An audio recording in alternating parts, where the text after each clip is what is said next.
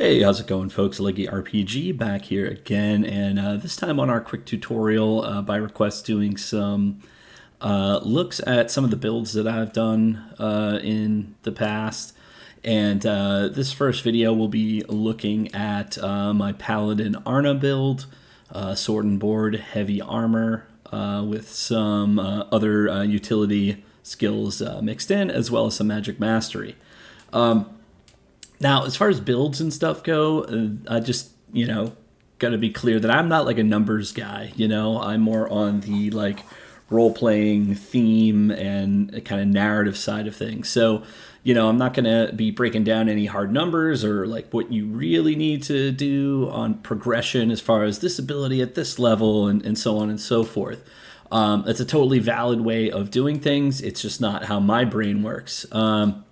So if your brain works the way mine does, sit down and take a look. I'm going to show you a pretty cool character build that I had a lot of fun with. And this is Arna, sword and board, level 30, permadeath. And she is swords, shields, and then also a smattering of warfare, athletics, armored combat, survival, and a little bit of magic mastery as well. So we'll kind of break this down a little bit and kind of give you the 10,000 foot view of how I did this. And to be clear, you can copy this exactly if you want to, or you can adjust it and make it your own as well. Like it's going to be just as viable. There isn't like typically one little thing you could do that would say like make this character not viable. That's what's the coolest thing about this game, I think, is that if you want to parse the numbers and do a build that way, and it's XYZ percent more efficient than another way and stuff, that's awesome. You can do that. That's totally viable. If you want to build a character based off of overall theme and just kind of organically eyeballing abilities and stuff as you go, you can do that, and that's totally viable too. It's awesome because a lot of games maybe push you in one direction or the other. This one, it's going to be a challenge no matter what, but as long as you're taking abilities in some sort of a logical way, you're not just taking things out of left field, you can be successful. A lot of it comes down to like preparation, tactics, and forethought. So in general, let's take a look at kind of what we have here for stats. And what we have for Arna here is I went 25 strength, 13 agility, 15 perception, 20 vitality, 10 willpower. So as you can see, we went high strength because this is a block build. So we want to increase the amount of block we can do and how successful we are on that front, as that's our main defense alongside, of course, heavy armor and so forth. So anywhere between 20 to 30, I'm sure you could be successful with. I decided on 25. Agility to 13 was basically just my extra points towards the end of my build, where I was like, you know what, I want to try and patch up my fumble chance a little bit and also bump up my counter chance a little bit. 15 perception, and this is a typical tactic for me with almost any character. Not always, but we'll say 95% of the time. My first points I put into perception to get it to 15.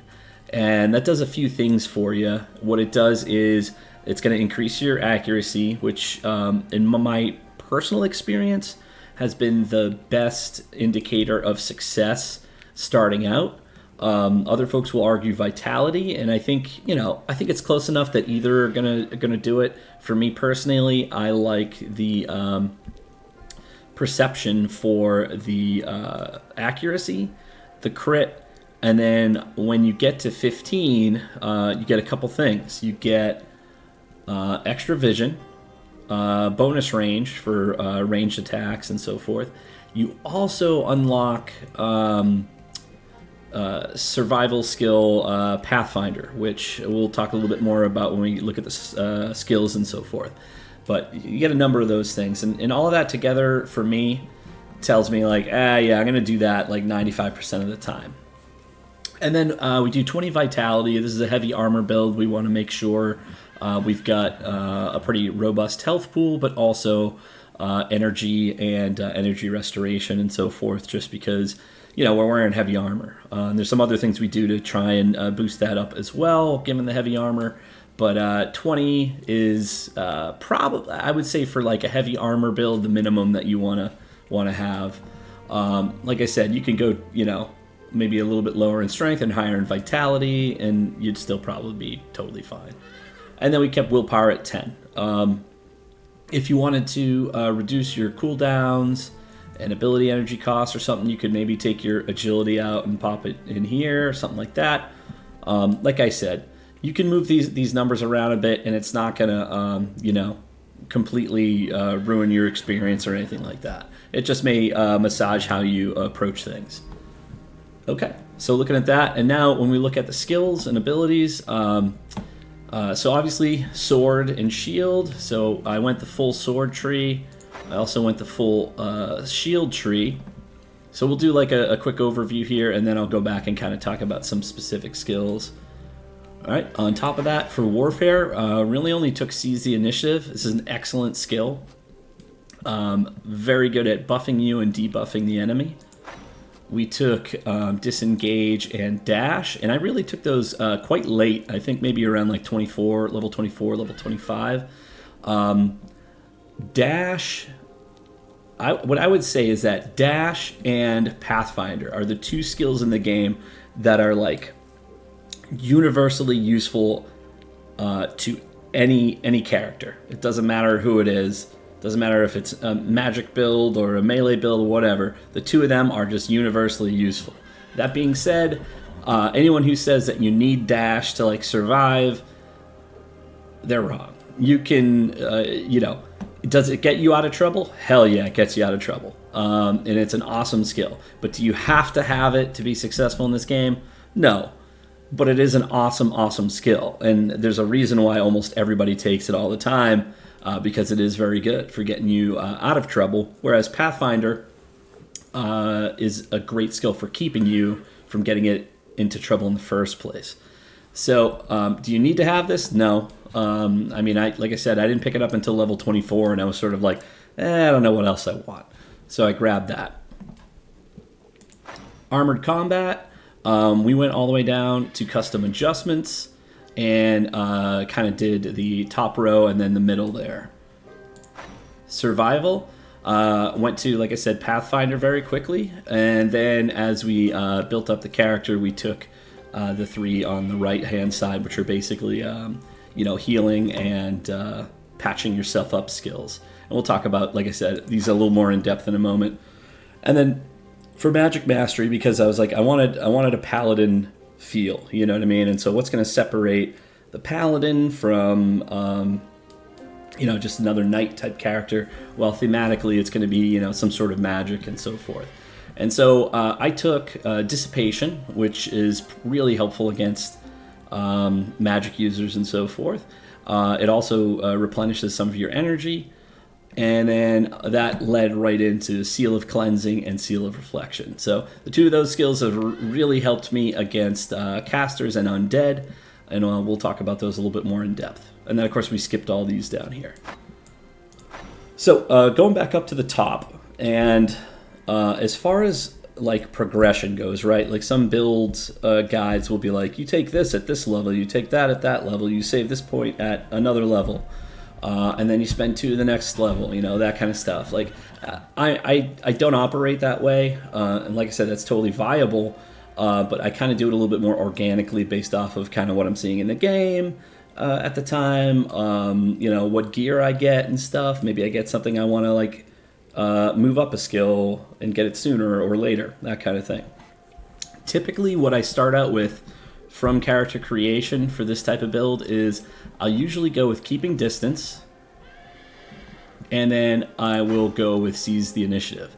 I'll take those two active skills, and then I'll start moving over to probably get Breakthrough, and then Cleaving Strike. So once I have like those 4 active abilities. So you've got some stuff that you can mash the button if you need to, need to step away. This thing gives you a movement tile and an attack, a free attack with a stagger chance and higher crit chance. So it's pretty nice. Cleaving strike and breakthrough on the shield side, that gives you multi tile attack. So if you've get into a rough spot with some enemies, you can pull those out to help you get one or two of them down quicker. And then typically what I'll do is I'll go through swords, and then as soon as I can get fencer stance, I will get that, because any of those stances that you get in these ability trees typically gives you a really nice bump in power. For this one here, you're getting greater counter chance, block, dodge, which is not super useful for this one, and bleed chance. On that front, then, I kind of go back and forth between swords and shields for the most part, and sprinkling in some of these other ones as I go. Now, like I said, there's no hard and fast rule for what you have to do in what order, but typically with shields, I'm working my way down to get retaliation as soon as I can on the shields tree. And then, like I said, fencer stance on the swords tree, and to onrush, which is always a really nice one to have with the dodge. And then you're also filling in these passes and stuff as you go as well. And like I said, if you don't want one of them, you don't have to. I went for all of them. I wanted the achievement, but also want to just go full sword, full shield, full send. Now, that's it for the weapon skills. Now, when you get into the utility, like I said, for warfare, I do seize the initiative. A lot of people really like Warcry too. I like it too. I just opted not to take it this time around. There's so many other options in here too that would be great if you feel like adjusting things and leaning more into warfare. Go for it. I didn't. Same thing for disengage. If you wanted to, instead of these two, you could get leg sweep and then inner reserves. Inner reserves is going to help you replenish energy when it drops low in a fight. With this build, I don't recall really ever having any major issues on that front, so I opted not to bother with it, because between swords and then the dissipation ability, I found that typically I was doing fine on the energy side, so no big deal there.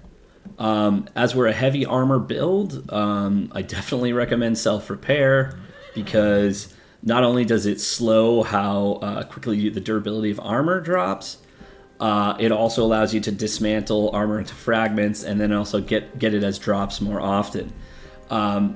When you're getting into the tier 4 and 5s, heavy armor is expensive as hell to keep repaired. This really helps a lot. The other side of it that really helps a lot is repair kits. So definitely try and get that schematic when you can. If you're curious where it is, I can spoil it for you, but I don't want to. Just throw it out there in the video. As far as defensive skills, I'll get Brace for Impact pretty early. It's a great one for when you're anticipating a charge and stuff like that. It really blunts those sort of attacks, and it is super useful all the way through the game. Hard target, I don't feel super great about it. It's not bad. It also isn't particularly sexy. This is one that you could take it or leave it depending on your preference. I like it. All received strikes and shots are negative armor 10% armor penetration. That's worth it. Every little bit counts with this. So then I get Battle Forge, and then I go to custom adjustments. Unyielding Defense is an awesome skill, just with the things that you get in Sword, but more specifically in Shield. I opted to lean more into that than get Unyielding Defense. So your mileage is however you want to take it, if you want to adjust and that kind of thing. For survival, like I said, I try and get Pathfinder ASAP. Basically, as soon as it unlocks, I will get it when you get, I think, Perception 15. So, well worth it. It does a couple little things besides the ability to kind of just have better situational awareness. It also applies your enemies with a damage taken debuff and lowers their dodge chance, which is pretty nice. And then anytime you have Vigor, it drops your fumble chance too. So really nice. As far as like a heavy melee fighter, also I really love the right side of first aid. I've never really bothered with it and stuff until one of the viewers, Snorkhugger, was like, "You need to take it. You need to try it," and I love it. I still don't take it every time. I think you can be very successful without it, but man, does it really give you a boost when things get ugly. So the full synergy of these is amazing. So once you get Will to Survive, and you're in rough shape, you click that. And it replenishes 15% health. It also gives you immunity to injuries and so forth. But also what it does is it activates Vigor for 60 turns. And what that does is, synergy-wise, you can see that First Aid says if affected by Vigor, it improves the condition of all body parts by 18%. And it doesn't increase pain when normally it would. Same thing for Cauterized Wounds. If you're affected by Vigor, it halves the pain from stop bleedings, and it prolongs the duration of bleed resistance. So your typical way to do things is, if you're in a terrible shape in a fight, hit Will to Survive, and then you hit the other two corresponding skills as needed within that window. Sometimes you might be hitting this and then that immediately. Sometimes, there might be a little bit of a delay. It just depends on the situation. But the synergy of those three is really good, and don't overlook it. Now, like I talked about with Magic Mastery, I wanted to have that Paladin feel, and we talked about Dissipation. As far as Seal of Cleansing and Seal of Reflection, these are pretty nice. So when you hit it, it's going to replenish max health and max energy for each removed effect or destroyed entity. So it destroys all summoned magical or elemental entities within the spell's area of effect. So like that doesn't come up super often, but if it does, it's additional healing that you can grab. Now, on top of that, it's going to double the bonuses for any positive effect that's removed from the caster. So if you do have certain positive effects, those are going to go away too, but you're going to get a heal out of it. It's pretty nice. And then on top of it, applies all undead targets within the spell's area of effect with 33% more damage taken for 10 turns. So super useful. I've used it to great effect against undead and especially ghosts and that kind of stuff. So on top of it now, Seal of Reflection is a whole lot of fun. This is great versus casters. It's also great versus when you're fighting like ghostly undead and stuff too, because it bumps up all of your resistances and does 33% damage reflection back. So that is super useful. And then on top of it for casters, and I can speak from a specific experience that I had with this Arna build, and there's a video on the YouTube if you want to check it out, where I was trying Seal of Reflection out for the first time with Arna, and I was in a fight with several enemies, including one was like I think tier 4 Pyromancer. And so he cast a couple of spells on me that were area effect and stuff, and so they were lessened in effectiveness. But then he hit me with, I believe, Fire Barrage, and it reflected all the spells back. Now, of course, you think it's going to go back to the caster, right? But it goes to a random target within 8 tiles.